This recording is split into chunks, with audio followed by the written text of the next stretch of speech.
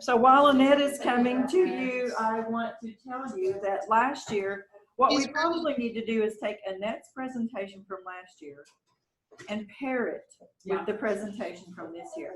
Because last year we saw Annette have this, she had a epiphany. Preparation. A holy download. She had a presentation prepared, but then the Lord just grabbed a hold of her, and she will tell you what that was all about a little bit here. And she stood up during her 20-minute TED Talk and said, oh my goodness, this is just what just happened to me. What you didn't get to see was what he did with that for a whole year. Yep. What she looks like, entrepreneur. We can't hear you. For a whole year. You can't hear me? So, do you Okay. I can now. Let me unmute. Are you there? Yeah, I can hear you now. And Annette is, okay. Annette, are you ready? She's there, and she has bars. She's muted. Okay. Hey. Can you hear me? I'm going to pin her. Yes. Okay, you can hear me now, right? Hold on, Annette. Yes. Can you turn your volume on and I turn mine down, or do I mute it? Mute both. Turn down and mute.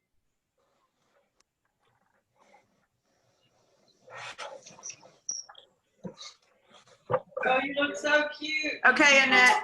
All right. Hey there. Hey, cowgirl. Yay. I'm so happy to be with y'all. And I'm so happy to be here with the cows with y'all. They're having some cubes. And oh, I also want y'all to know I got some new boots on. Can you see them? They're my new work boots. They're ropers. Anyway, I wanted to wear them just for y'all today. I don't really need them right this second. But anyway, so I am Annette Bridges. I am a proud cattle rancher and a magazine columnist, and I am the owner of Ranch House Gift Shop. So why am I here with the cows, our beautiful bovines? Well, you know what? It occurred to me during our guided journaling yesterday when we were asked how others have helped us and provided us water. Well, my first thoughts weren't people and groups and organizations, and I could have a huge list of those. My first thought was how these cows gave me water. How they gave me water when I was in a major, huge wilderness of grief and regrets. And I wrote yesterday, and I made a note of it here now. Our cows accepted me and showed me love when I was so full of hate for myself. They made me feel important to them. And last year changed my life even more, and I'm going to get into that, evolve into that. So there are 3 points that, I don't know, whatever page in the program that I wanted to share with y'all, and they've kind of are all a part of my revelation last year at the conference. You have to know who you are to be who you are. It's the first one. Well, God clearly knows who we are, and he has a purpose and a plan, right? Always and forever. Well, he had a plan for me. I mean, it actually started 40 years ago when I met my husband, but that plan was one that I fought for years, for decades. I resisted it. I didn't believe it, but God knew that would happen too. So the question that you see in your program that I mentioned was just one that I had been struggling with. You know, that whole idea of where did I have it? My question. Okay, if everything is feeling too hard, are you trying to be someone other than who you really are? Well, I put that out there to y'all because I think that was me for many, many years. I think that I spent a lot of years trying to be like someone else, or someone else was telling me who I was or what I needed to do with my life.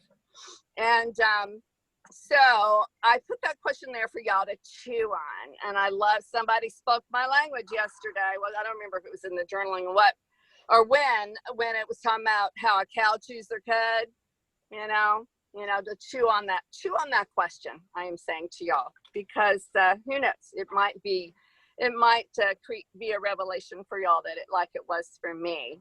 By the way, I don't know if you know what that means. A cow chews their cud.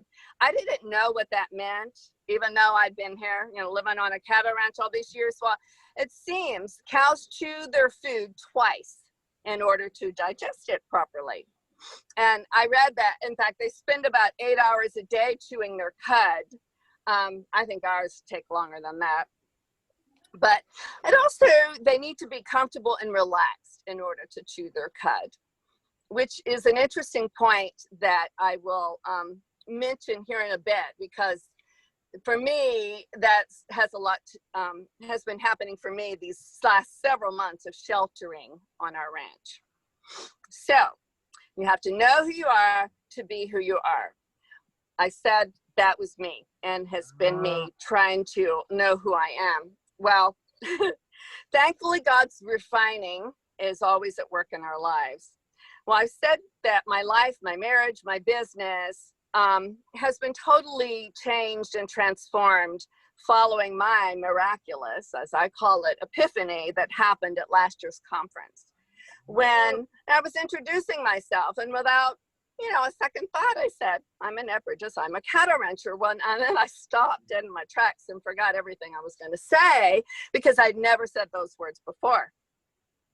I even texted my husband after that talk and said, I'm a cattle rancher, and his first word back to me was, yay. I think he was wondering when I was going to realize that about myself and our life together that we had had for 40 years. Well, those lights, those words just turned into this really great light in my heart. And why it was a great light? Well, God wrote those words on my heart. And it occurred to me as I thought about that, when we speak a truth that God has written in our heart, it is powerful and it is transforming. And that is what happened. I spoke a truth. I didn't know I was speaking a truth about myself, and I was. And what I realized since then, I've thought a lot about it here in these last several months since the last year's conference. God knew there was going to come a time in my life when I was floundering with my identity, when I would no longer be sister, daughter, caregiver, doggy mama. And I would be confused and uncertain about what I was going to do next with my life. Well, last year's conference was come around, and through the year last year, it was really the first time in my life I did not have many people in my life, and that desperately needed me to care for them. So I was truly trying to figure out what I wanted to do, and I was always constantly trying different things that I had seen other women do, and I admired them and I wanted to emulate them and try that too.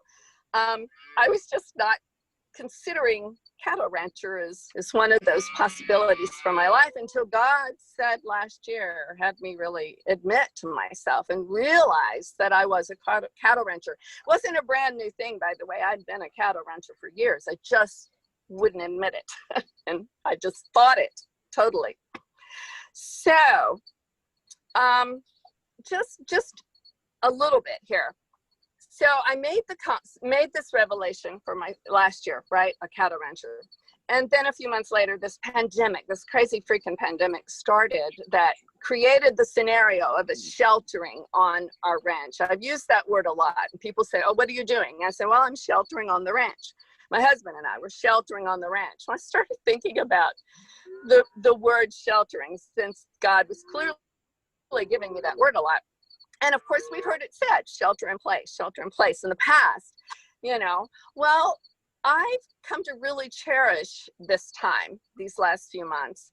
Y'all know I love retreats. I've attended retreats, attended Diane's retreats, and I've given retreats. I love retreats. I believe in them. The beauty that happens in retreats, giving yourself a pause so you can, chew your cud well. I thought a lot about Jesus, in the Bible, how it says he went apart to pray, up in a mountain, in the garden. He retreated to pray, sometimes for moments or hours, sometimes for 40 days and nights, following his great revelation. He is the beloved Son of God. So, these past few months of sheltering with this whole idea of living the life of a cattle rancher has been amazing and transforming. I have never been happier in my entire life. I feel a peace and a satisfaction and joy in my life. And I don't know if I've ever felt, quite frankly. I really don't. So it's been an amazing thing, and reshifted my focus on other things I do in my life. And here's the thing, it's interesting. And I know you girls have experienced this, where you look back in your life and you can connect the dots to see how God has been working in your life. So revelation for me of being a cattle rancher, things started happening. God stepped up his refining a few years before that. And I actually didn't even occur to me that was happening. Talk about the water and all the wilderness of our wanderings. And it actually began for me. So you remember when the Affordable Care Act passed? Okay, so when that happened for us, in order for us to keep the insurance we needed, we had to do some legal things. Well, one of the things that we did was paperwork creating a general partnership in our cattle ranching business for my husband and I to be, partners. Well, that happened. Had that title, but I still didn't believe I was a cattle rancher, and that was a few years ago. But interesting, that happened. Then the year before last year's conference, my mom, my dog, and my stepdad passed away within 2 months of each other, 2 months of each other. Well, my stepdad was the last of those three to pass away December 1st. Well, it was just a couple of weeks later that I get this email from the editor of North Texas Farm and Ranch magazine. Well, I'd never heard of that magazine. I didn't know that editor. I don't know how, I still to this day don't really know. Uh-oh. I saw that. I still didn't know. I still don't know how she found me or discovered me. Great. Well, they're watching here and waiting. So it was interesting. She wanted me to write a column in her magazine. And not only did she want me to write the column, by the way, this was going to be a paid gig. I'd never had a paid monthly gig to write. And she knew what she wanted the title of the column to be. And it was going to be When a City Girl Goes Country. Well, at that point, in my major midst of deep, deep grief and trying to figure out what next for my life, I didn't know I'd gone country. I still didn't know it. I still didn't know it. I mean, and so that was my first thought. When she said that would be the title, I thought, okay, well, I didn't know I'd gone country, but But I tell you what, I believed God was winking at me because I was praying on my knees desperately every day at that point. And in my tears, like, I don't know what to do now.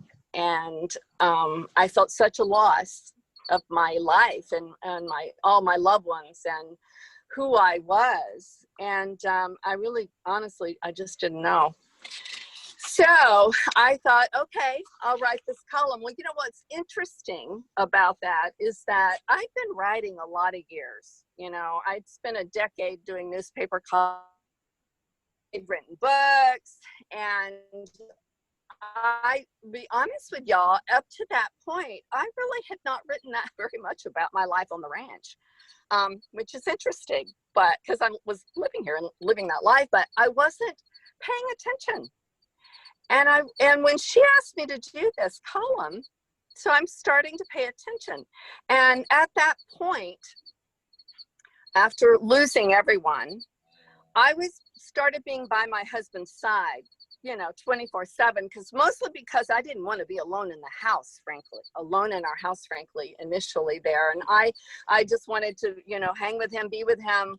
And I started being aware of our life for the first time in our long married life, and being more actively engaged and involved. And, I'd always done things to help him at times when he needed me. I'd learned how to drive a tractor and help with hauling hay or whatever, and other times, but not like this last year and now, and not on the same level at all. So, I guess, it was just interesting. So I'd been doing all of this evolution of writing and looking at my life when God said, okay, it's time to really believe it, lady. You are a cattle rancher. Tell it to the world, which I did to you gals last year. And I finally believed it. I finally believed those words, and which is just sort of funny to me. But, I think we all have a truth that God is writing in our hearts. And we just need to listen and pay attention and be, listen for that and recognize what's happening in our lives, because, now looking back, I see so much, right? I see so much that I just didn't. Boy, the girls are really paying attention. I don't know if y'all can see it. They're listening very closely. Oh my goodness. So this is sort of leading now me to my second point about love your life and it will be worth living. Well, those words are actually written on a little journal that I think I purchased it, Diane, on one of our retreats. I don't know, at the dollar store. We all, go to dollar stores, right? And places, that's so fun. You find so many treasures. Well, this little journal's been sitting on my kitchen window for years. And it's been just speaking to me and reminding me about loving my life. And I trust me when I say I needed that reminder, because prior to my cattle rancher revelation, I cannot tell you how many times I prayed the words to God, how much I hated my life. And I did use that H word. I did. I focused way too much for way too long on what I didn't like in my life, what I didn't want in my life. I didn't understand why I was going through different things in my life. And I questioned God a lot about that. Well, somewhere along the way, a church counselor said something to me that I didn't understand or believe at the time for many, many years. And I finally understand it more now. But he said something about that finding the joy. I needed to learn to find the joy and the love in everything that I did. And he was talking about stuff that I was complaining about, like dirty dishes and doing the laundry. And I just thought, why do I need to find the joy and love in that stuff, right? Well,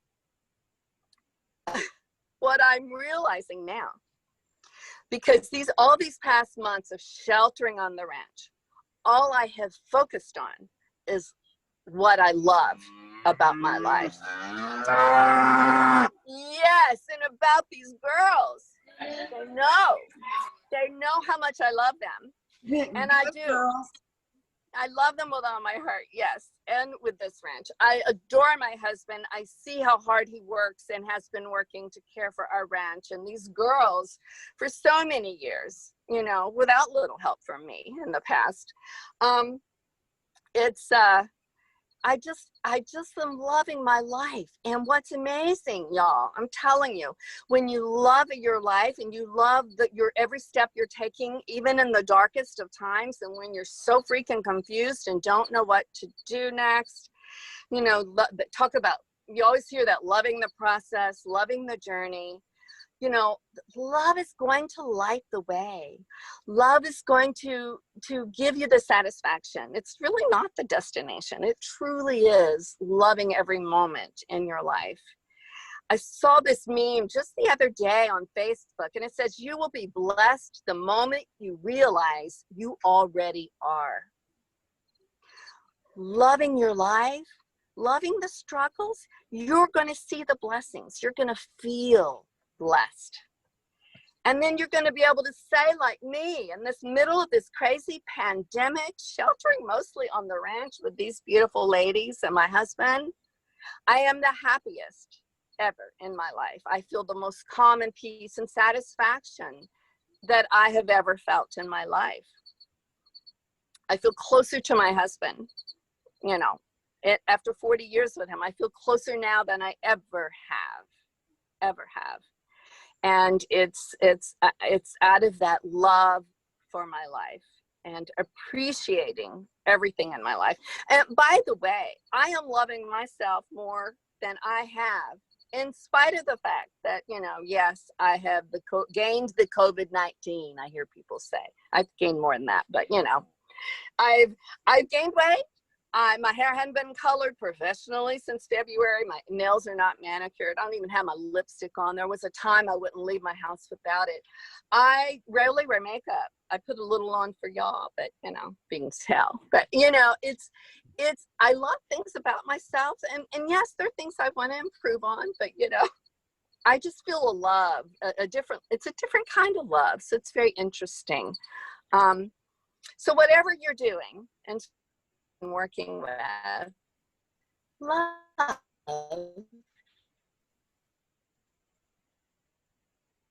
it definitely makes everything you're doing worth it. Last point about let what you know, love, and need inspire what you create and write. Well, that is something I've been doing like freaking forever. Because I don't know, that's just all I ever really knew how to do. I think it's been definitely been the guide for my writing always. I think we can always write what we know, our story and our truth, even if we don't know the whole truth. We know bits of it along the way. We struggle when we write, when we try to write what we don't know, I think, or what's not ours to tell. So I just think it can be just being that honest and authentic with yourself, and let what you know inspire you, what you love, and where your passion is. I just think it makes everything a lot more simple. It doesn't have to be complicated. And again, if it's feeling really hard, then maybe we're trying to tell a story that's not ours. I don't know. But I think life can feel as simple as my life feels right now, because simple is feeling pretty wonderful. By the way, my word this year is simplify. I didn't know it's going to be how that was going to evolve, but it has evolved into the things that bring me the most joy are truly the most simple of things. And that's just been an amazing awakening for me. So I don't know, I'm about said, I guess, sort of my main points. I don't know if anybody has a specific question, or maybe we're about out of time. Any questions in the room? Maybe I can put this up, let y'all get a closer look. Somebody wanted to know how many cattle you have. Oh, husband, you around here? How many we got right now? 43 big cows? I don't know. How many calves? 30-something calves. 9 heifers. Yeah, we got 9 heifers. Yeah, so 80-ish. I don't know. But Annette, can you hear me? Yes. It's been hundreds in the past, right? Even Oh, it's well, it varies. It's varied, obviously. It's how many you got. It seems to be a good number for us. A lot of these girls, they've been raised here, and I don't know, maybe they all have, I guess, at this point. they've lived their life here. You know, I just will say, one of these gals who's no longer with us passed away last winter. I used to call her Sis.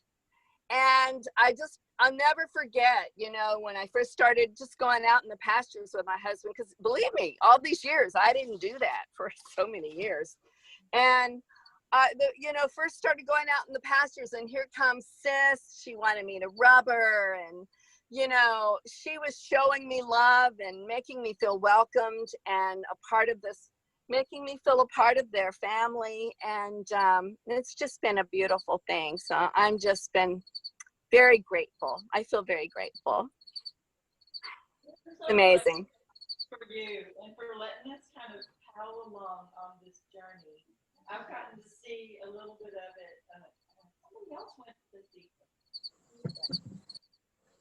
Angela or Diane or somebody from our area also. So I went to see her in her storefront little shop in Denison or Sherman. Yeah, Denison. Denison. And of course, if you've seen anything that Annette has created, it is very adorable. So thank you so much, Annette. I'm going to tell a story on you as you go. And we can get you standing closer to the cow on video. That would be awesome. Are you willing to step outside your... Do what? Are you willing to step outside your tractor for a close-up with the cow? Oh, yeah. You have to tell me if I need to angle it one way or the other. Thank you so much. As long as they don't slobber on you, they're all right.